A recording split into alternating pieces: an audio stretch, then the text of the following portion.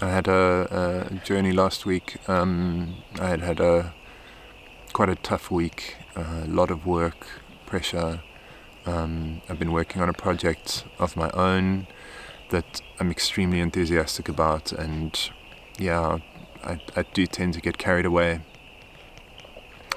And also knowing that regular work pressure is going to take over sooner or later, then I get a gap to work on a personal project, and I kind of go hell for leather and don't sleep and all of that stuff. So yeah, I'd kind of had a week of that, and I was feeling particularly exhausted and kind of wrecked, and yeah, approaching burnout really fast. And I had a ceremony for a couple of people, and I was so exhausted. I found it so hard to get through it. And it was funny because when I went in, I became aware of how exhausted I was, and yeah, and the medicine said to me, "You really need to rest," and it kind of took me into a place of rest, and I kind of lay down, and I took a moment, and I became very aware of the idea of rest.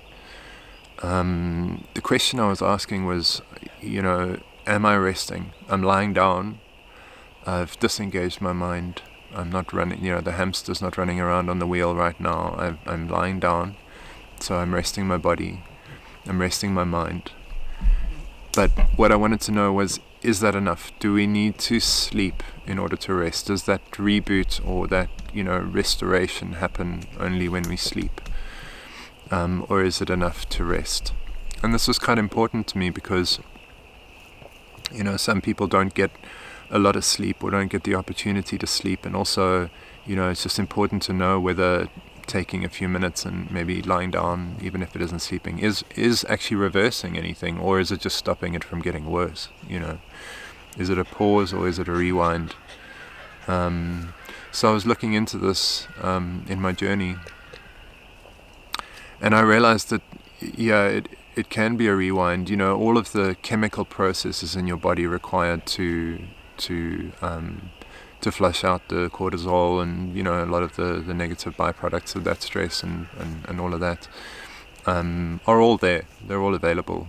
So it's just really putting your body in a state where it's able to perform those functions.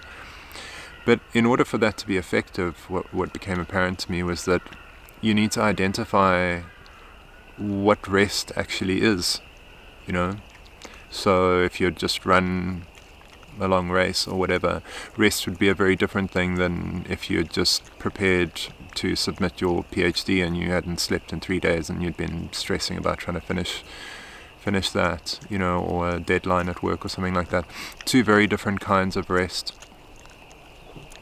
And so in order to rest effectively, what became very apparent to me was how important it is to understand what it is that you're resting from.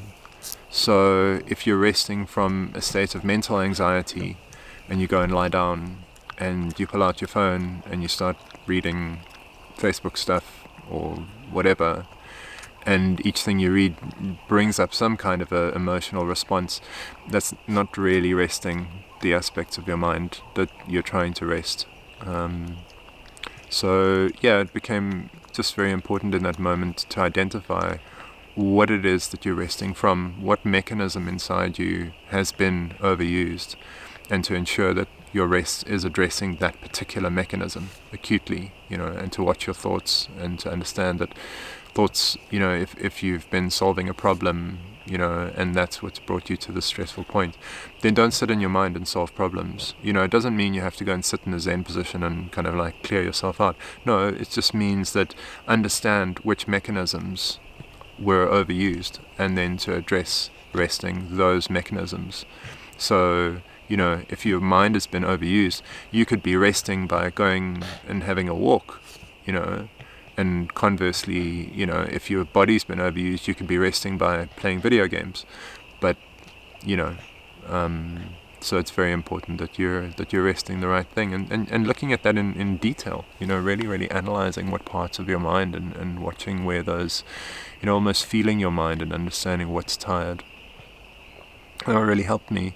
And then that kind of expanded into something else, to realize that, if you go through that exercise of saying to yourself at the end of the day when you're tired, in whatever capacity you're tired, saying to yourself, what is it that I need to rest from, like I said, and identifying that in real detail. Maybe it's your traffic on the way home, like your commute, driving there and back, and road rage, and dealing with all of that, and whatever.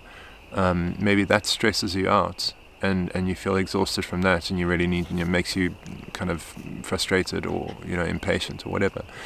Really identifying what those things are. And then also, like, pretty golden is to say to yourself, is there something that I could change about my life, or about myself, more importantly, that would mean that I didn't need as much rest from that activity as I currently do, And it's very easy to see that in a kind of in a locomotive way, or in a physical way. So if you're walking 5 kilometers to work or school, to work or school every day, then getting a bicycle would be a good way to reduce the rest required from that journey. And it's easy to see that, as I say, in a locomotive or a physical way. But in an emotional way, we kind of just assume that there's nothing we can do. Traffic is traffic, and it pisses you off, and what are you going to do about it? Like, you can't take away the traffic. No, you can't take away the traffic, and maybe you can't take a different route, or whatever. You've tried to solve the problem externally. People often ignore the internal changes that can be made, and saying to yourself, like, really going into it and saying, what is it actually about being in the traffic that upsets me? Okay, well, maybe it's people being inconsiderate and cutting you off, or, the fact that it takes so long. Well, I mean, what would you have to let go of? What would you have to just resign yourself to, surrender to, in order for that not to bother you? Because you can't change it, like you've agreed, like you've done everything you can to change it, and you can't change it. So it can torment you day in, day out, and you can just go home and sleep or drink or whatever, to just kind of get over it every single day. Or you can ask yourself, like, what is it that I need to get over inside myself, to just allow that to be, and just to resign myself or surrender myself to it? Is that possible? And I think in most cases it really is. Some people are really happy in the traffic, and it's not because they're freaks,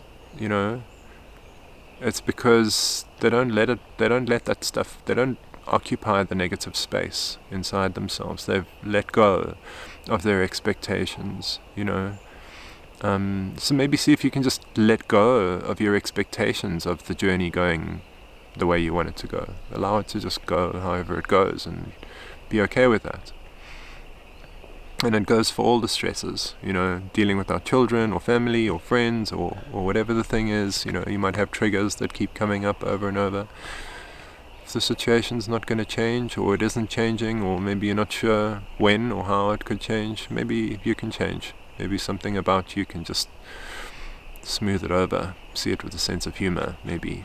And then maybe you'll need a little less rest at the end of the day.